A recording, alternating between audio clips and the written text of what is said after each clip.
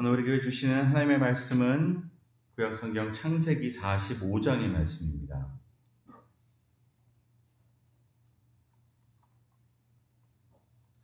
창세기 45장 1절부터 8절까지의 말씀.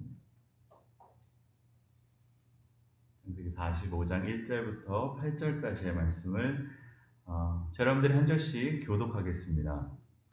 요셉이 시종하는 자들 앞에서 그 정을 억제하지 못하여 소리질러 모든 사람을 자기에게서 물러가라 하고 그 형제들에게 자기를 알리니 그때에 그와 함께한 다른 사람이 없었더라.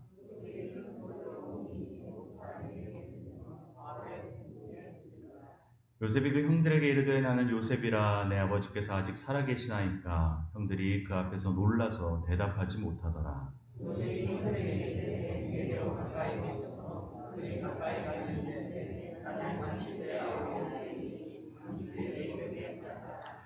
당신들이 나를 이곳에 팔았다고 해서 근심하지 마소서, 한탄하지 마소서. 하나님이 생명을 구원하시려고 나를 당신들보다 먼저 보내셨나이다.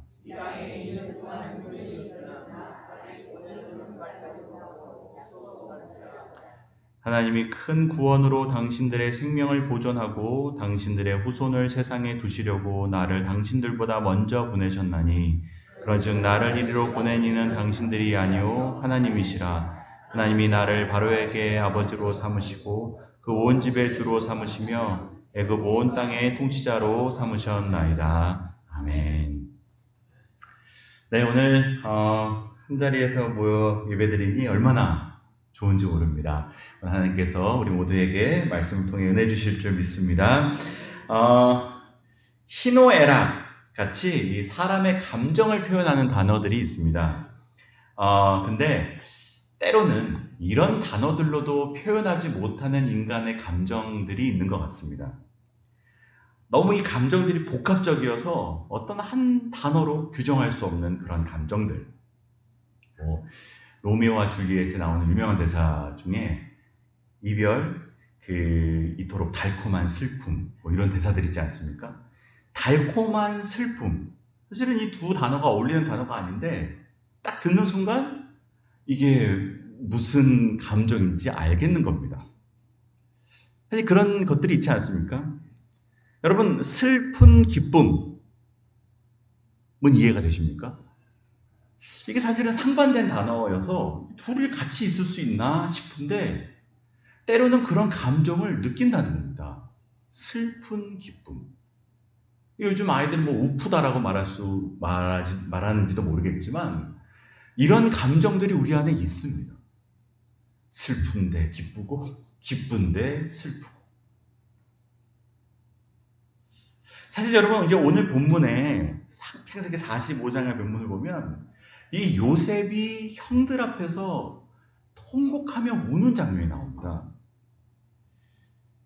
근데 이 성경을 가만히 읽어보면 이 장면이야말로 어떤 단어 한두 가지로 표현할 수 없는 얼마나 많은 감정들이 복합적으로 들어있는 눈물인지를 우리가 확인하게 되는 겁니다.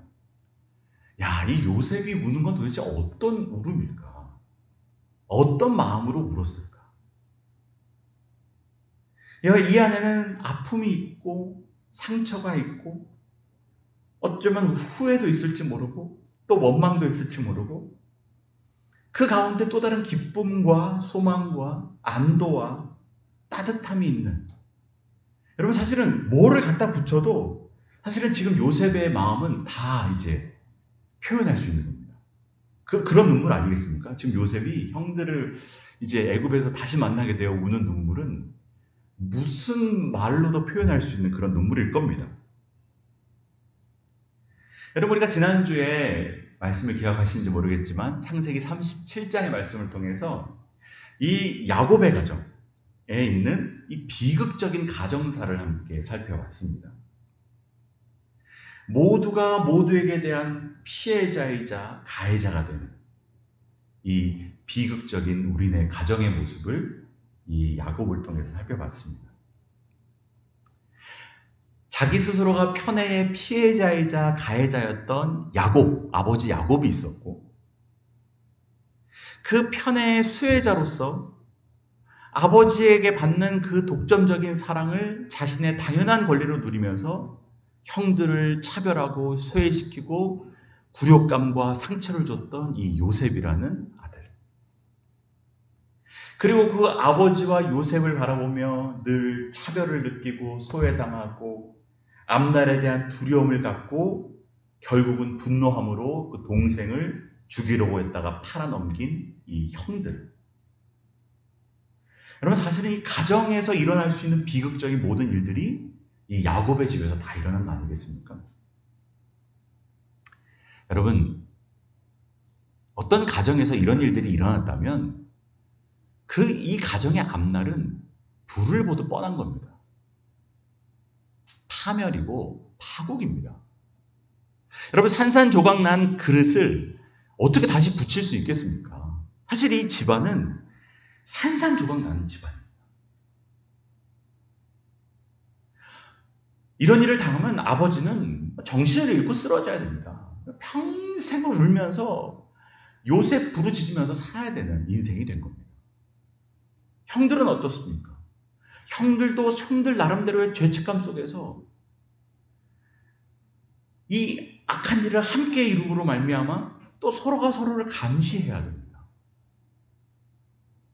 그리고서 여러분, 이 형들은 평생을 그 마음에 짐을 안고 사는 지옥을 살아야 되는 인생이 된 거 아니겠습니까?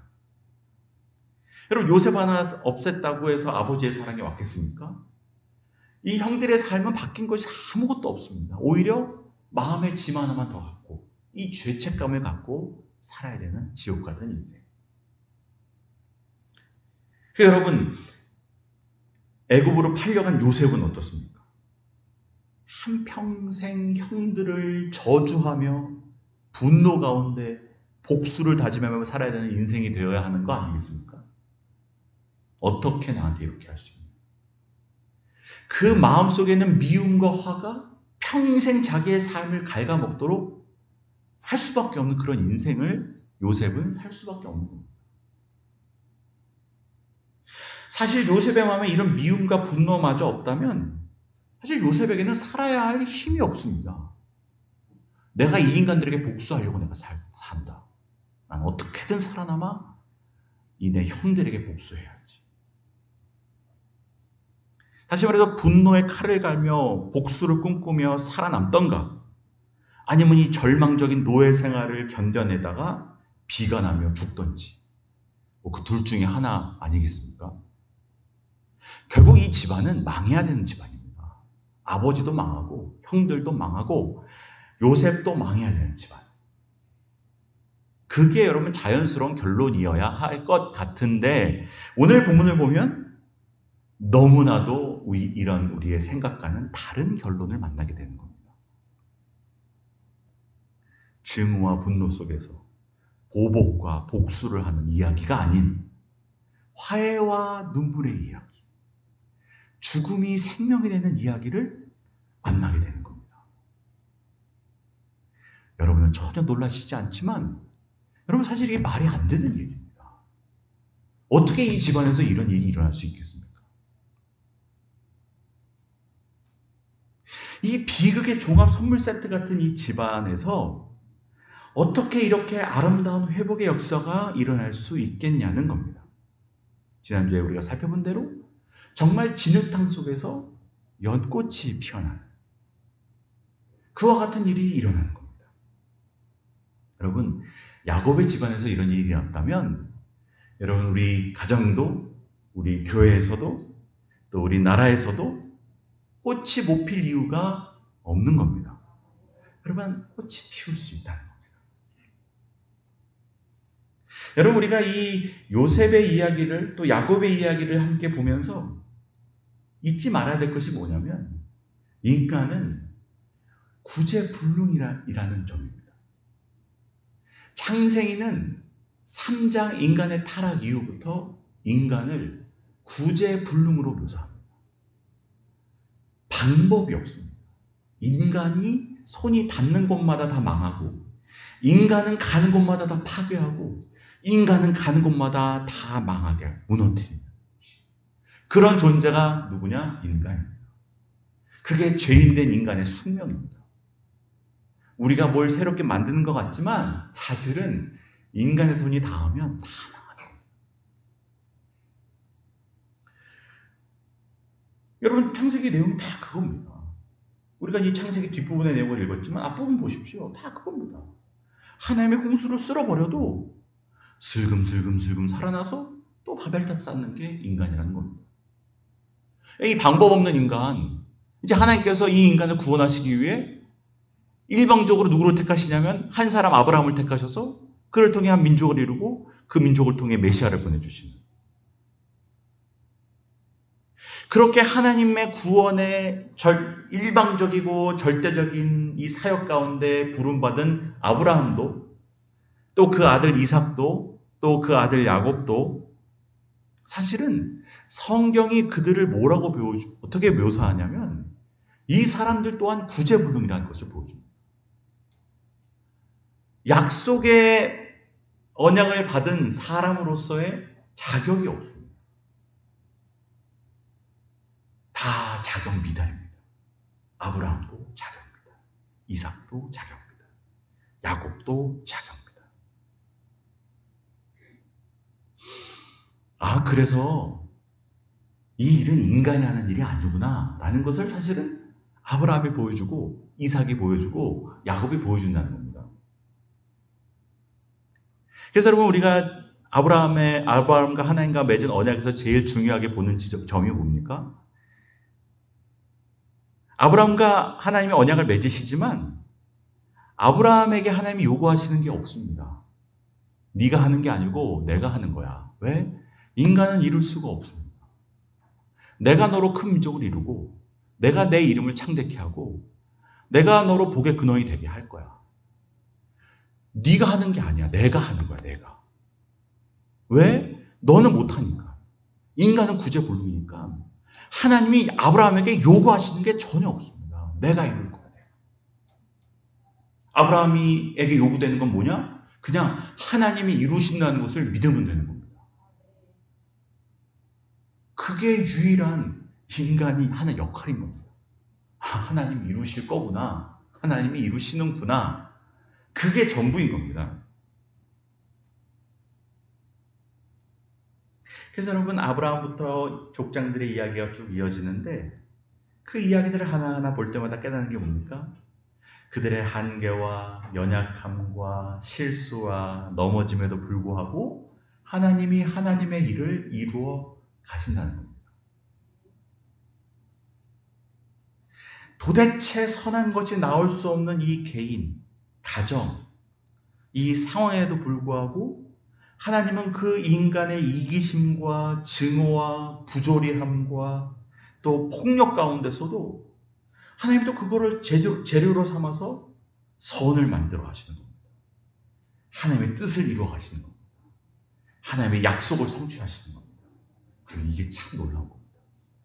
인간은 맨날 이걸 무너뜨리고 망하게 하고 실패하게 만드는 역할을 하는데 하나님은 그거를 만들어 가시는 겁니다. 여러분, 하나님의 뜻에 대해서 야곱이 한 일이 뭡니까? 요셉이 한 일이 뭡니까? 형들이 한 일이 뭡니까? 다 망가뜨려 놨지. 내가 너로 하여금 큰 민족을 만들고 너로 하여금 복의 근원이 되게 하겠다. 이 약속에 대해 야곱이 한 일이 뭡니까? 무슨 기여를 했습니까? 요셉이 무슨 기여를 했습니까? 형들이 무슨 기여를 했습니까? 없다는 겁니다. 없습니다. 그들은 그들의 주신 가정을 망가뜨려 놓은 것 외에는 한 일이 없습니다. 야곱도 주신 가정 망가뜨려 놓고 요셉도 주신 가정 망가뜨려 놓고 형들도 주신 가정 망가뜨려 놓고 이 가정을 들어 민족을 만드시겠다는 하나님의 약속을 위해 기여한 바가 1도 없습니다.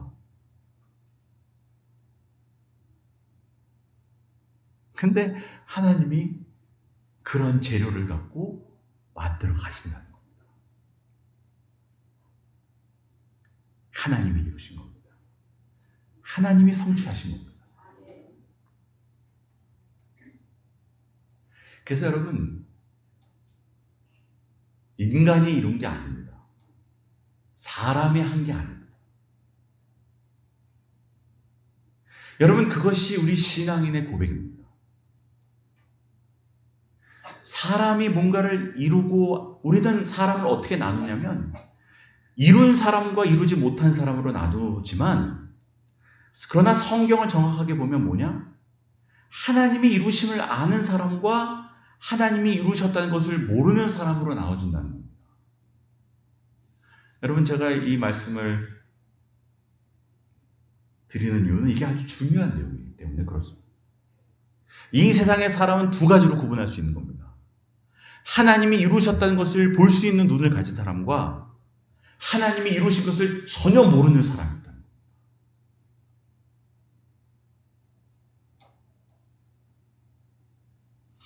그런데 다행히도 오늘 본문을 보면 이 요셉이라는 인물은 하나님이 이루셨다는 것을 아는 인생이 되었다는 겁니다. 그게 귀한 겁니다. 여러분, 내가 이루는 게 아니고 내가 눈을 떠서 하나님이 이루신 것을 볼 수 있게 되는 것이 위대한 인생이라는 겁니다.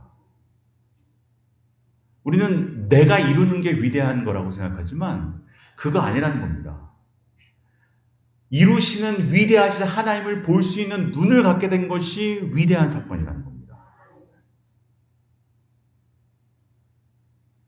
그걸 우리가 어떻게 알 수 있냐면 45장 5절을 보면 요셉이 했던 고백 속에서 우리가 확인하게 됩니다. 우리 5절 말씀을 읽겠습니다. 시작. 당신들이 나를 이곳에 팔았다고 해서 근심하지 마소서, 한탄하지 마소서. 하나님이 생명을 구원하시려고 나를 당신들보다 먼저 보내셨나이다. 아멘.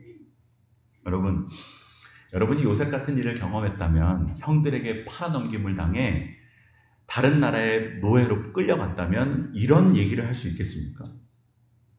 나를 죽이려고 했던 형들, 나를 팔아넘기려고 했던 형들, 이런 형들에게 사실은 나오는 말이라는 것은 좋은 말이 나올 수 없습니다.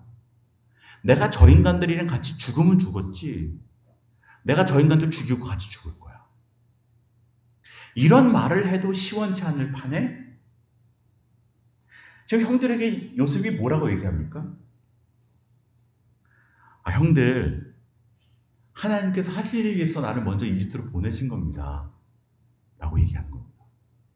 나를 팔아넘긴 그 사람들에게 가서 형들이 판 게 아니고 하나님이 나로 하여금 하실 일이 있어 먼저 애굽으로 보내신 겁니다. 라고 얘기하는 겁니다. 여러분, 이건 너무 쿨한 거 아닙니까? 나를 죽이려는 사람한테 가서 괜찮아, 당신들이 이렇게 한 게 아니고 하나님이 나를 여기 보내주신 거야. 할 일이 있으셔서. 세상 쿨한 겁니다.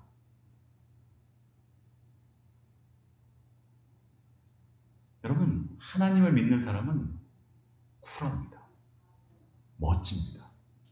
여러분, 세상 쿨함이 세상에서 온다고 생각하지만 여러분, 진짜 쿨한 거는 하나님을 믿는 믿음에서 오는 겁니다. 왜? 나를 드러내지 않으니까. 쿨합니다. 멋있습니다. 형들이 날 죽이려고 했지만 그거 내가 보니까 그게 아니더라고요. 하나님이 나를 먼저 보내신 거더라고요. 여러분, 이런 쿨함은 이게 내 안에서 다 소화가 된 겁니다. 이 폭력과 나를 향한 부조리함과 이 억울함이 완전히 소화가 된 겁니다. 그럼 여러분, 이런 멋진 말이 나오는 겁니다. 멋진 말이 나옵니다. 근데 이것은 하나님의 눈으로 봐야 보이는 거지 인간에게서 나올 수 없는 쿨함인 겁니다. 여러분, 우리 안에서는 이런 해결이 안 됩니다. 사람끼리는 해결이 안 됩니다.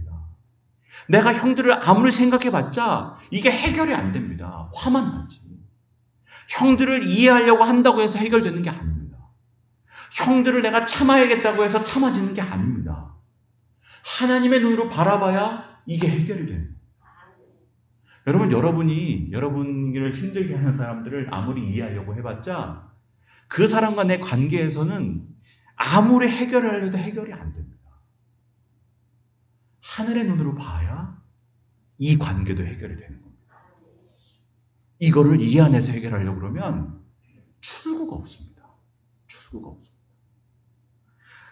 요셉이 아무리 마음이 넓어져서 형들을 이해하려고 해도 이 안에서는 해결이 안 됩니다. 위에서 봐야지. 여러분, 하나님이 하시는 일을 요셉이 볼 수 있게 된 겁니다. 하나님이 이루신 일을 보게 된 겁니다. 여러분, 이 집안을 회복시키기 위해서 하나님께서 택하신 사람이 바로 요셉입니다. 요셉에게 일을 하심으로 이 가정에 이 완전히 산산조각난 이 가정을 회복해 나가십니다. 그 도구로 쓰임받은 사람이 요셉입니다. 어떻게 하나님은 이 가정을 회복시켜 나갔나? 특별히 이 요셉이라는 한 인물을 통해서.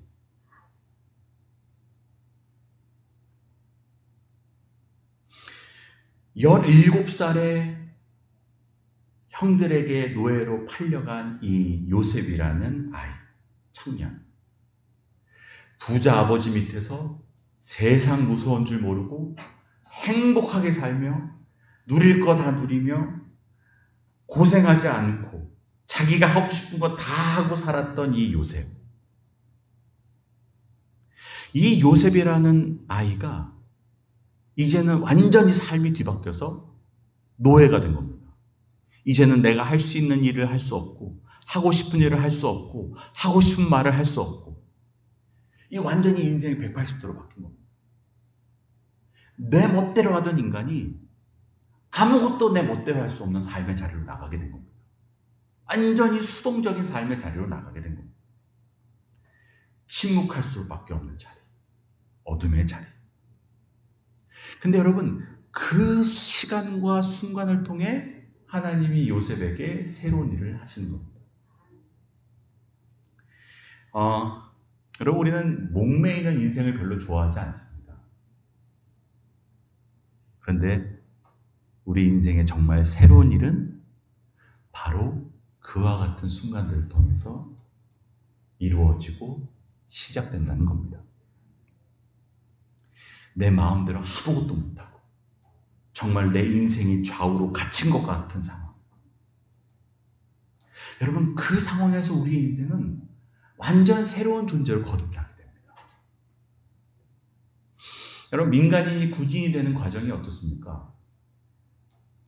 4주 기초 군사훈련 받을 때 어떤 상황으로 들어가는 겁니까? 마음대로 살던 민간인들이 이 군대라는 환경으로 들어온다는 말은 뭡니까?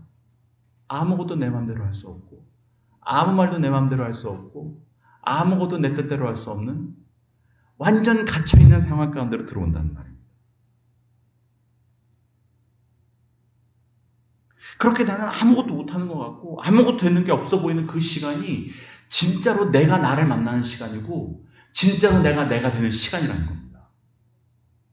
여러분도 인생을 살다 그런 시간들을 경험해 보지 않았습니까? 사실 여러분, 저도 돌아보면 그런 시간들의 연속이었던 것 같습니다. 여러분, 아마 여기 20대들도 공감할 수 있을지 모르겠지만 여러분, 때로는 내 인생이 완전 갇힌 것 같아서 할 수 있는 게 아무것도 없어 보이는 시간들을 보낼 때가 있습니다. 내 마음대로 되는 게 아무것도 없는 겁니다. 아침에 눈을 떴는데 뭘 해야 될지 모르겠는 겁니다. 어딜 나가고 싶은데 나갈 수도 없는 겁니다. 돈도 없습니다. 방법도 없습니다. 공부를 하려고 해도 안 돼. 취직을 하려고 해도 안 돼. 갈 길도 안 보여. 미치겠는 겁니다. 옴짝달싹할 수 없는 삶의 자리. 근데 여러분, 그렇게 어른이 되는 겁니다. 그렇게 새로운 존재가 되어가는 겁니다. 여러분, 어머니, 아버지는 어떻게 되어갑니까? 엄마, 아빠는 어떻게 되는 겁니까? 아이가 태어나는 순간 엄마는 그때부터는 자기 삶이 없습니다. 내 마음대로 할 수 있는 것이 없습니다. 이 아이 하나에 매여서 옴짝달싹할 수 없는 삶의 자리로 나가게 됩니다. 내 시간이 어디 있습니까? 내 기쁨이 어디 있습니까? 애가 오는 대로 반응해야 되는 수동적인 삶을 살게 되는 겁니다. 완전 목이 메이는 삶을 사는 겁니다. 근데 그렇게 아빠가 되고 그렇게 엄마가 되는 겁니다. 완전 새로운 존재가 되어가는 겁니다. 여러분, 사람이 새로운 차원으로 나간다는 것, 새로운 존재가 되어간다는 것은 바로 이 목이 메인 것 같은 시간, 완전히 갇힌 것과 같은 시간 속에서 되어갑니다. 그걸 제일 잘 보여주는 게 뭡니까? 애벌레가 번데기 안에 들어가야 나비가 되는 겁니다. 그 말도 안 되는 조그만 공간 안에 자기 몸을 꾸겨놓고 그 어둠과 침묵 속에서 갇혀있는 그 상태, 도대체 그게 뭐가 될까? 뭐로 태어날까? 라고 의심이 되는 그 칠 것 같은 어둠의 시간을 보내야 하늘을 날아다니는 완전히 새로운 존재로 다시 태어나게 된다는 겁니다. 요셉이 그렇게 새로운 사람으로 태어나게 된 겁니다. 다시 말해 여러분, 요셉은 형들에 의해서 애굽에 팔려간 것이 아니고 그를 편애하는 아버지 손에서 나와 진정한 아버지 되신 하나님의 손으로 옮겨가게 된 겁니다. 그의 육신의 아버지 야곱의 편애는 그를 망쳤지만 그의 진정한 아버지의 손은 그를 새롭게 빚어가신 겁니다. 그래서 여러분, 요셉의 이 17살부터의 인생은 완전히 매어있는 인생이었습니다. 노예가 됐고 그 노예로도 모자라 누명을 쓰고 감옥으로 들어갔고 바로 그 번데기처럼 갇혀있는 그 상황 가운데서 그의 인생에 새로움이 시작되는 겁니다. 이게 참 신비한 일입니다. 우리는 뭐 새로운 것들이 나를 새롭게 만든다고 생각하지만 아니라는 겁니다. 내 인생이 새롭게 되는 순간들은 사실은 완전히 목이 메인 갇혀있는 상태라는 겁니다. 왜 그런 자리가 우리를 새롭게 만드나? 그런 자리는 우리로 하여금 질문을 하지 않을 수 없게 만들기 때문입니다. 그런 삶의 자리에 가서야 우리는 비로소 질문을 하기 시작합니다. 요셉이 야곱이라는 아버지 밑에 있었을 때는 질문을 할 필요가 없는 인생이었습니다. 다 주어졌습니다.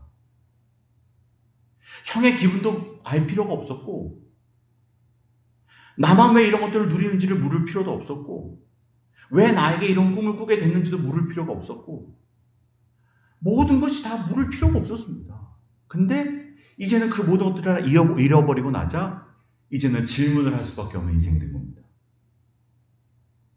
묻지 않으면 죽을 것 같은 인생.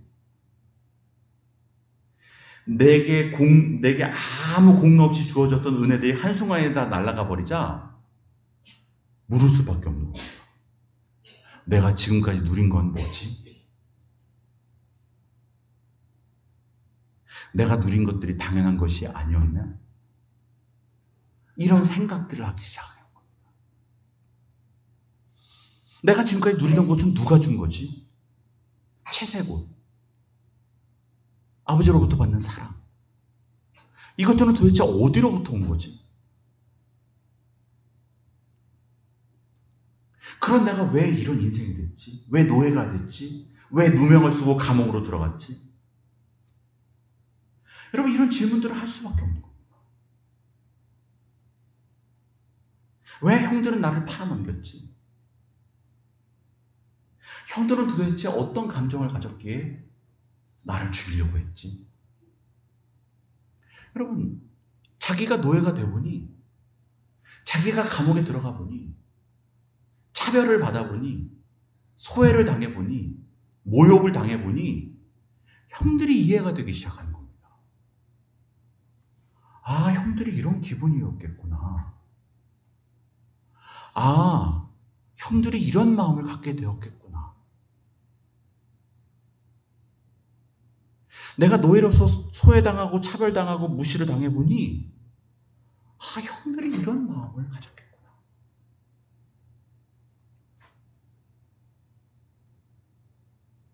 그러면서 조금씩 자신이 걸어온 길이 보이기 시작하는 겁니다. 내 인생이 뭔지가 보이기 시작하는 겁니다. 아, 내가 어떻게 살아왔구나. 내가 어떻게 가야 되겠구나. 그러면서 조금씩 하나님이라는 답에 가까이 가기 시작하는 겁니다. 근데 내가 왜 완전히 죽지 않았지? 왜 하나님은 나를 살려주셨지? 나는 어떻게 형들은 죽이려고 했는데 어떻게 살아서 내가 여기까지 왔지? 이제는 인생에 대한 질문을 하게 되면 하게 될수록 결국은 하나님이라는 답을 하지 않으면 안 될 삶의 자리로 조금씩 나아가게 됩니다. 그리고서는 어느 날 갑자기 바로의 꿈을 해석해주고 애굽의 총리가 된 겁니다. 애굽의 총리가 되자 자신의 지나온 길이 이해가 되기 시작했고 해석이 되기 시작했고 내게 주어진 이 두 번째의 기회는 무엇을 위해 살아야 되는지를 깨닫게 된 겁니다. 그게 오늘 본문에 나오는 고백입니다. 생명을 구하라는 것. 생명을 구하라는 것. 내가 태어나면서 아버지의 편애 속에서 누렸던 그 모든 특권들은 사실은 나 자신만을 위한 게 아니었는데 내가 어렸을 때는 철딱서니가 없어서 그게 다 나만을 위한 것인 줄 알고 나만을 위해 살았구나. 내가 채색 옷 입고 뻐기고 형들 위에 올라가가지고 내가 내게 주신 것을 너무 부끄럽게 쓰고 산 겁니다. 만약 내게 다시 기회가 주어진다면 나는 내게 주신 것을 절대로 나를 위해 쓰고 살지 말아야겠다. 다시는 내가 17살 이전에 그 부끄러운 시절로 돌아가지 말아야겠다. 그렇게 여러분, 요셉은 단단해져 갔고 성숙해져 간 겁니다. 그렇게 되자 하나님이 형들을 요셉에게 보내준 겁니다. 요셉은 형들을 만나게 되고 가족을 만나게 되고 그 가족을 돌보게 되는 겁니다. 자기에게 주신 자리에서 가족과 형들을 섬기게 되는 겁니다. 여러분, 더 이상 과거에 오만방자한 요셉은 이제 없습니다. 분노에 사로잡혀서 복수하는 요셉도 없습니다. 이 요셉이 아는 겁니다. 뭘 알았습니까? 이 모든 일을 하나님이 행하셨다는 것을 알게 된 겁니다. 나는 그저 도구가 된 것 뿐입니다. 여러분, 요셉 안에 있었던 남은 감정들이 다 치유가 된 겁니다. 그리고 지금 내가 있는 이 자리나 특권이 내가 잘해서 주어진 것이 아님을 알기에 잘난 척하거나 뻐기지도 않습니다. 그리고 요셉이 하는 고백이 우리가 5절에서 읽었던 것처럼 하나님이 생명을 구원하시려고 나를 당신보다 먼저 보내셨습니다. 여기서 주어는 하나님입니다. 내 인생의 주어가 하나님이 되는 겁니다. 내가 뭘 한 게 아닌 겁니다. 하나님이 행하셨습니다. 하나님이 이루셨습니다. 하나님이 성취하셨습니다.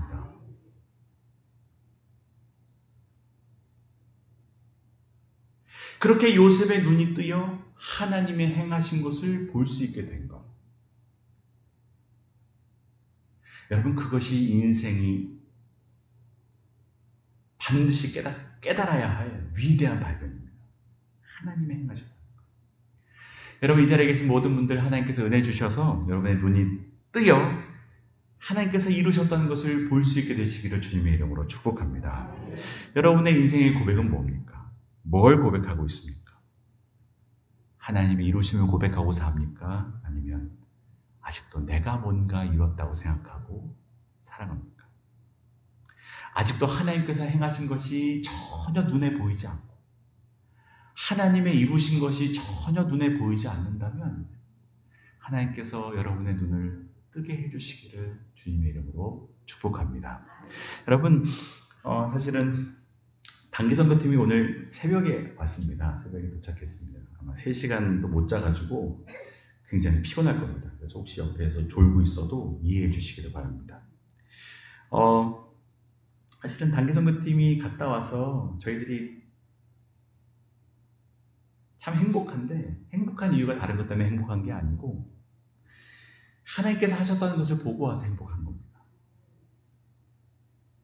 처음에는 어떻게 준비해야 될지, 거기 가서 캄보디아 아이들을 만나면 어떻게 해야 될지, 뭐를 해줘야 될지, 무엇을 우리가 할 수 있을지 아무것도 보이지 않는 상황 가운데서 그래도 하나님의 부르심에 순종함을 그곳에 갔더니 하나님께서 우리에게 보여주신 것이 뭐냐?